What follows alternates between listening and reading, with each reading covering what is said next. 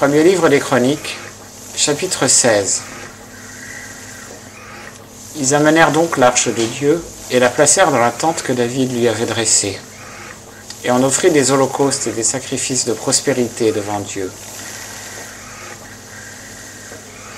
Et quand David eut achevé d'offrir les holocaustes et les sacrifices de prospérité, il bénit le peuple au nom de l'Éternel.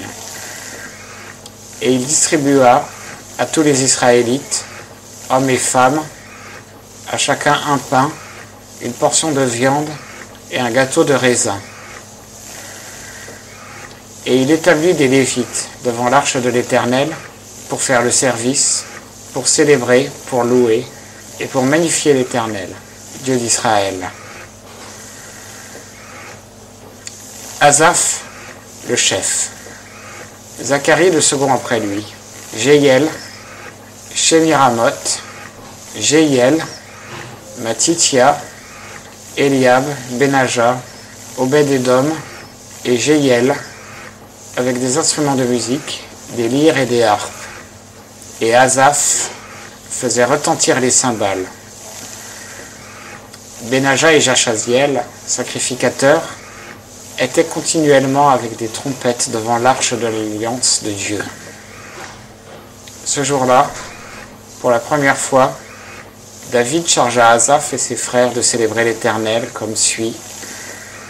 Célébrez l'Éternel, invoquez son nom, faites connaître parmi les peuples ses hauts faits, chantez-lui, psalmodiez-lui, parlez de toutes ses merveilles.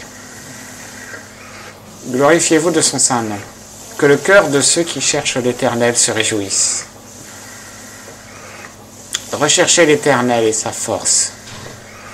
Cherchez continuellement sa face. Souvenez-vous des merveilles qu'il a faites, de ses miracles et des jugements de sa bouche. Vous, postérité d'Israël, son serviteur, enfants de Jacob, ses élus. C'est lui l'Éternel qui est notre Dieu. Ses jugements sont sur toute la terre.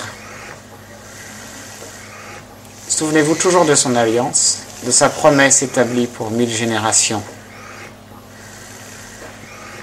du traité qu'il fit avec Abraham, du serment qu'il fit à Isaac, et qu'il a confirmé à Jacob pour être un statut, à Israël pour être une alliance éternelle, en disant « Je te donnerai le pays de Canaan.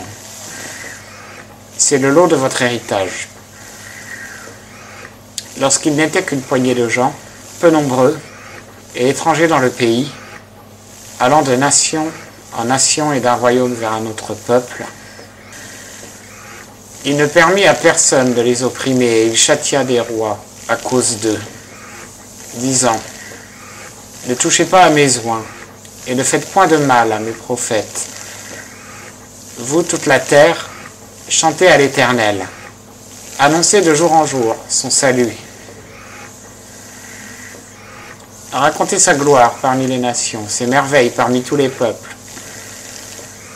Car l'Éternel est grand et digne de grandes louanges. Il est redoutable par-dessus tous les dieux. Car tous les dieux des peuples sont des idoles. Mais l'Éternel a fait les cieux.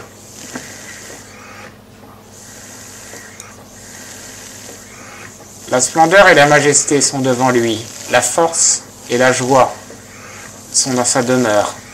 Rendez à l'Éternel, famille des peuples, rendez à l'Éternel la gloire et la force. Rendez à l'Éternel la gloire due à son nom. Apportez des offrandes et présentez-vous devant lui.